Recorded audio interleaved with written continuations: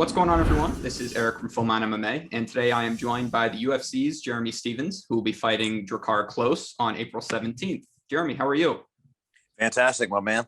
Awesome. So real quick, just hopping right into it. This was sort of unexpected, you going up to lightweight, at least for me it was. How did this fight with Drakkar at 155 come about, and what do you think of him as an opponent?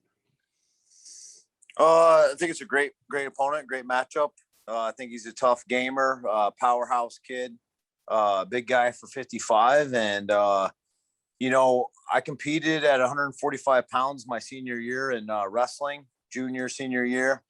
And I'm just over it, man. The weight cutting, it was affecting my body. When I would get down, I would be dry heaving a lot, which cost me in the Aldo fight. It wasn't a liver shot. It was my abdominals from basically kind of throwing up without throwing up, dry heaves, and just a lot of problems, a lot of work to get down to 145, putting a lot of stress where stress just really doesn't need to be. I just felt like it's at this point in time to move up and challenge myself. I fought and competed at 155 pounds. I banked the number 7th, 8th ranked guy, Rafael Dos Anjos. So basically I'm number 7th in the world at lightweight, if you ask me.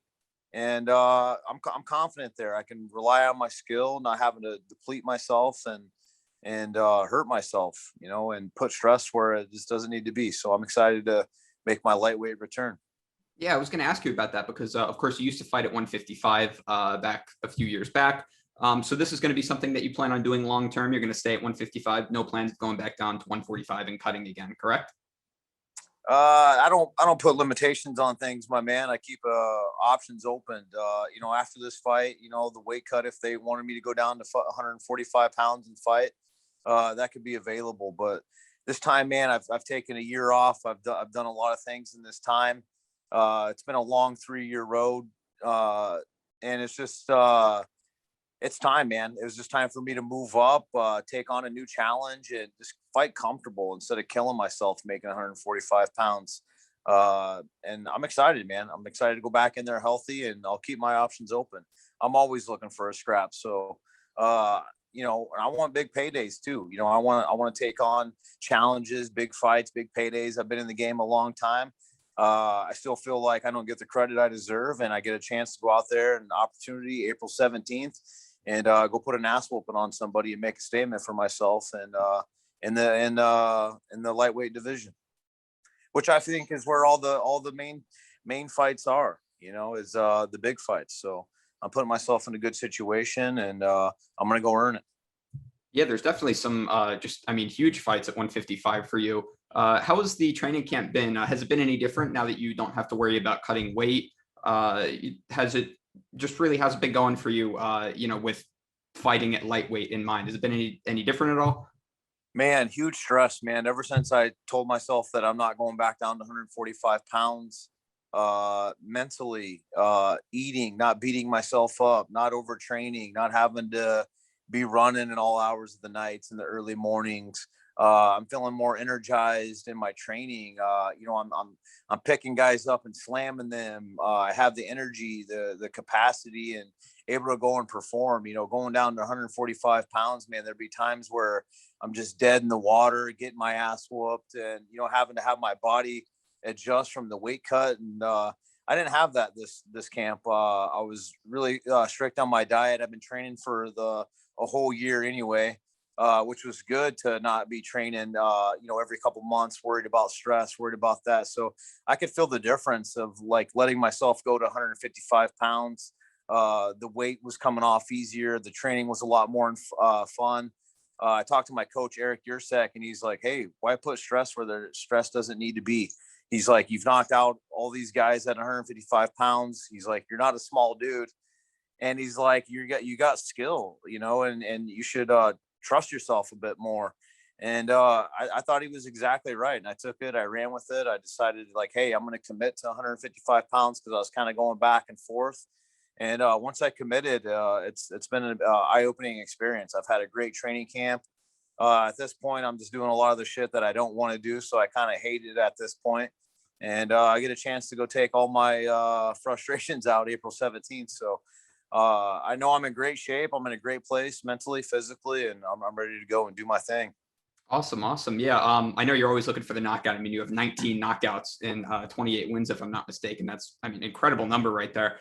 But do you have any official prediction for the fight against Drakkar Klose? Do you think it's going to be something that happens pretty quickly, or you think you're going to take him into deep waters, maybe get a late finish in the third round? Yeah, I'm not much of a predictor, but Mm-hmm. I am going to win, and I'm going to go out there and I'm going to do what I do, and I'm a natural born performer. I don't have to go in there and prove nothing. I'm sure I'm moving him up on the card. I've been here a long time. He's young, he's hungry, he knows he's facing a beast, and I bring out the best in people when they face me, and they want my spot. They want to be where I'm at. To me, it just reminds me of a younger, sloppier version of myself. I feel like he's a fan. I've met Drakkar. I think he's a great guy. He's funny. He's a powerhouse in the division, and I'm just gonna go out there and do what I do, man. Whoop some ass, and natural born performer that I am, man. My natural instincts will take over April 17th. The knockout comes, it's there, but I'd really like to take this all the way to the third round and just whoop his ass and drag him out to the deep waters because I don't think he can swim. For sure. I know we here at Full Mount, we can't wait for that. It's funny, when I was doing research for this interview, I had to double check. You're only 34 years old. Is that correct? Only, yeah, my Yeah. man. I was going to say, because you've been in the UFC for almost 14 years now, since 2007, I believe. So for someone that's been in the UFC for so long, I mean, you fought, just the list of killers that you fought and beat is incredible. So for somebody that's done so much in the sport, what goals do you have left? What keeps you going, at this stage in the game? I want my big payday, man. Not gonna lie. I want to fight the top guys. I want to retire from the sport so that I don't have to do anything else in my life. And I put in blood, sweat, and tears. I've been in this game for 14 years. Come May 26th, it'll be my 35th birthday. I still got a lot of life left in me, man. I got a lot to go out there and prove, and I got to earn it. And April 17th is just one step of an opportunity to go out there and solidify why I've been one of the baddest fucking men for almost 2 decades now. And I don't really know anybody's really doing that besides champions, fighting the guys that I fought, the experience, the knowledge. And one thing about Jeremy Stephens, man, is when he comes back from a loss, he comes back new and improved, and I just can't wait to go out there and shock the world. Like, damn, like he looked great. He's the best I've ever seen him.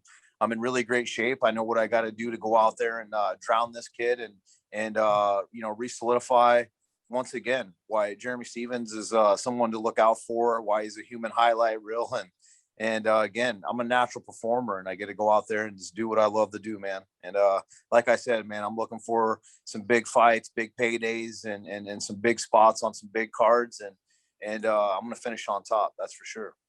For sure, yeah, and talk about somebody that's put in everything into the sport, somebody that deserves it. I think your name would be at the top of the list. Talking about big money fights, I haven't heard your opinion on this. It's been a while since I've seen you do an interview and talk about the Poirier and McGregor fight back in January. I wanted to kind of get your thoughts about how that, if whether or not Poirier finishing McGregor surprised you. Did you watch the fight?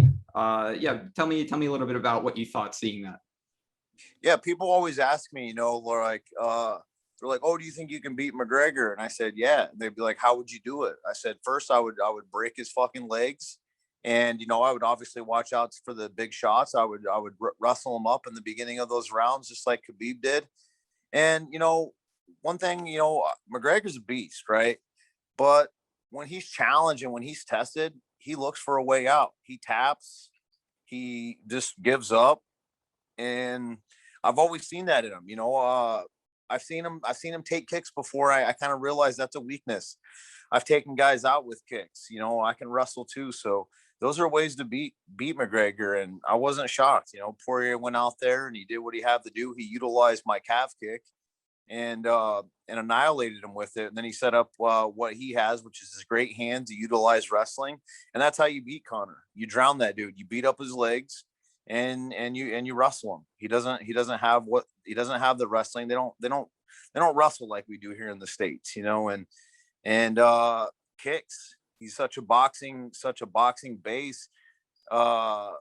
Then he's kind of gotten away from that, as he's kind of gone away from the elusiveness. I think that was kind of his best weapon, was being so loose. And I'm not surprised. And I've always told this. I mean, you can ask anybody from back in the day, you think you could beat Connor? I'm like, yeah, I know I can. I'd kick that fucker's leg right off.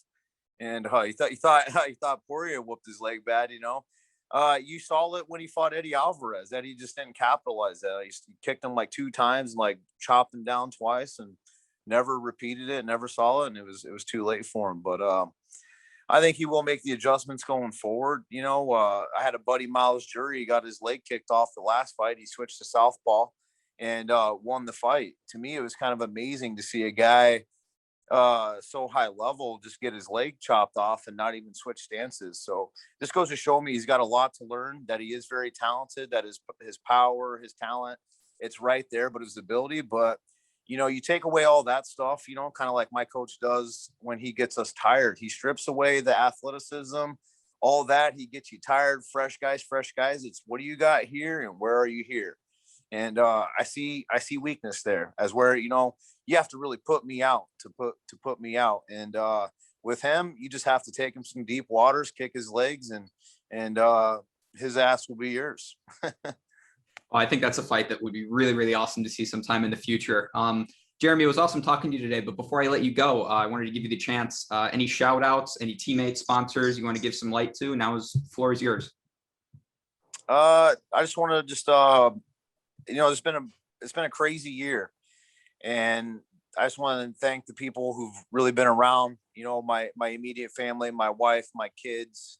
Shout out to my mom, my dad, everybody who's been around this year, knows what I've been going through. Everybody who's been around, you know who you are. Thank you for your love and support. And to all the fans out there, I'm not done.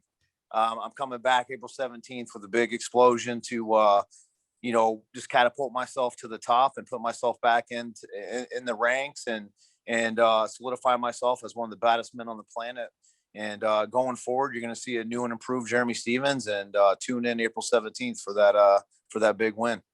Awesome. We can't wait. Jeremy, good luck on April 17th. It was great talking to you today. Thanks again. Erik, appreciate it, brother. Thank you, man. Hey, everyone. Thanks for watching this video. If you like our content, be sure to subscribe to Full Man MMA. And while you're at it, make sure to hit the bell icon as well so you never miss an update from us.